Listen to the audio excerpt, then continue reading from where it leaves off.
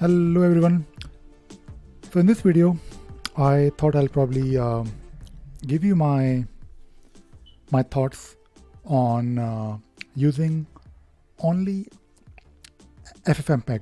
Now, since the start of this year, or I should say around March, April this year, I was looking for a way to basically save time, be more efficient, and to basically create my videos quickly, because I think when we create a video for YouTube, we spend a lot of time and that time can be saved. So my goal, my objective was to save time, and that basically means I wanted to focus on actually creating a video, actually sharing the content. So I do a lot of things as part of my job, as part of my hobby, where I have so many things that I want to share with everyone.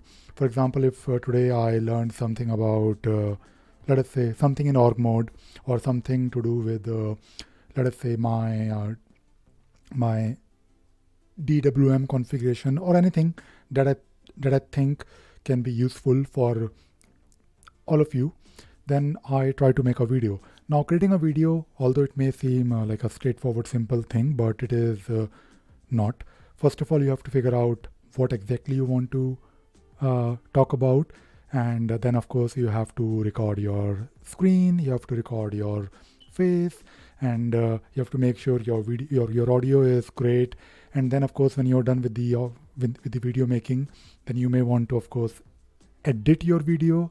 Then you have to, of course, upload your video to YouTube. Then you also have to make a thumbnail. So there are so many things involved, where doing a simple 5-minute or 10-minute video can take maybe an hour, or maybe a bit more than more than 1 hour, or maybe 2 hours. It depends on what exactly you're trying to do, because there is usually a lot of editing involved. Now, my experience with ffmpeg, I am aware of. I mean, I have been using ffmpeg in bits and pieces for many years, because it is always there for doing simple things. But it was basically earlier this year, when I thought of actually using it for doing something like making my YouTube videos, or doing basic video editing, or maybe doing live streaming. So this year, I started writing some shell scripts so that I can use ffmpeg for my needs, my specific needs. For example, if you are watching this video right now, there are few things that are happening.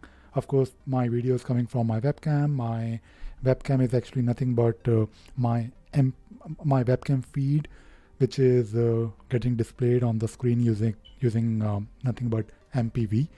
Yes, you can do that. And at the same time, I am also playing this music in the background that you can hopefully hear. So my ffmpeg configuration, the script that I'm running right now, which is running on this different monitor, is recording the desktop audio, my mic audio, my webcam feed, which is of course on the screen, and of course my screen itself. Now, I am doing it, and of course saving this as MP4, and I will be uploading it straight away.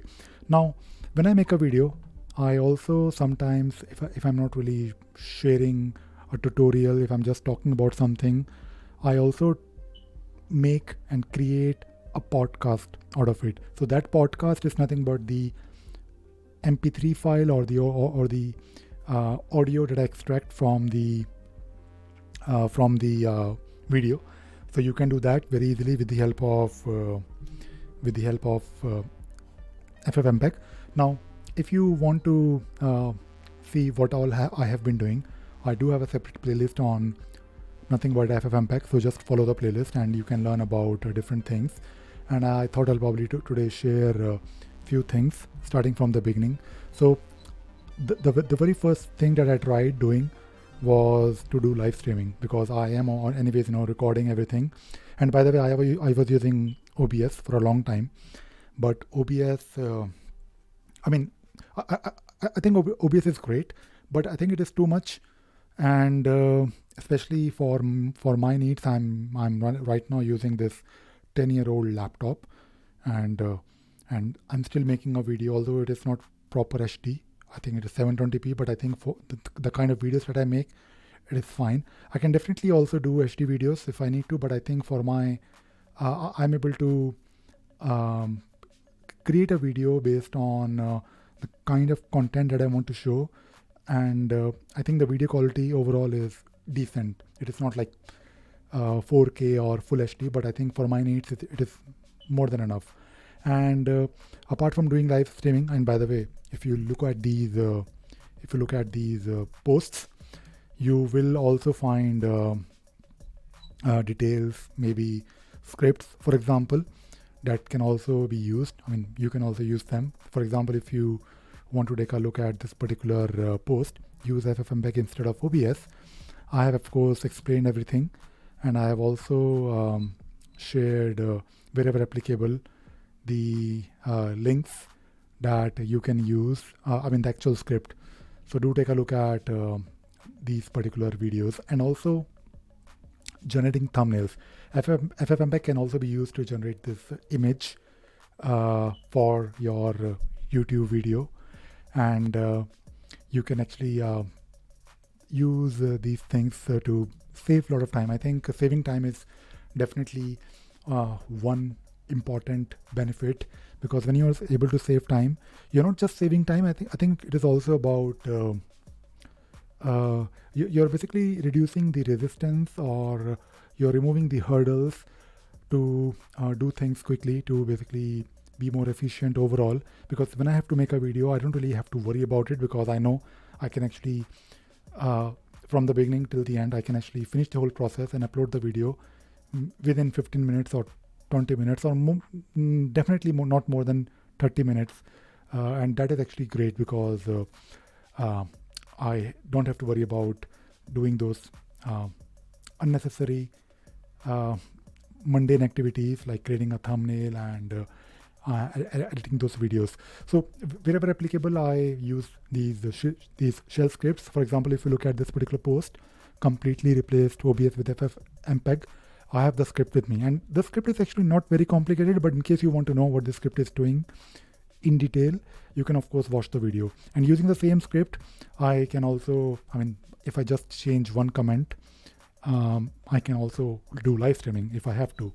So this is amazing, and I'm quite, by the way, proud of it. And I wanted to share this with all of you, because I think you can also benefit from this. You can also, in my opinion, be more efficient. And the good thing is that everything is terminal based.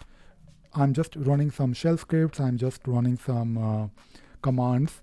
And when you're running shell scripts, when you are doing things on terminal, you can actually connect multiple things. So maybe the moment you are finished with your video recording, maybe you want to just do something else. Maybe you want to generate a thumbnail automatically. For generating thumbnails, I use ksnip, and I save the file, the thumbnail, or basically whatever I'm to save or I want to share on my desktop. And I have a script that will basically combine multiple images, and it will take the arguments from the terminal, from the command, and it will basically create the thumbnail within seconds. And that is amazing, by the way.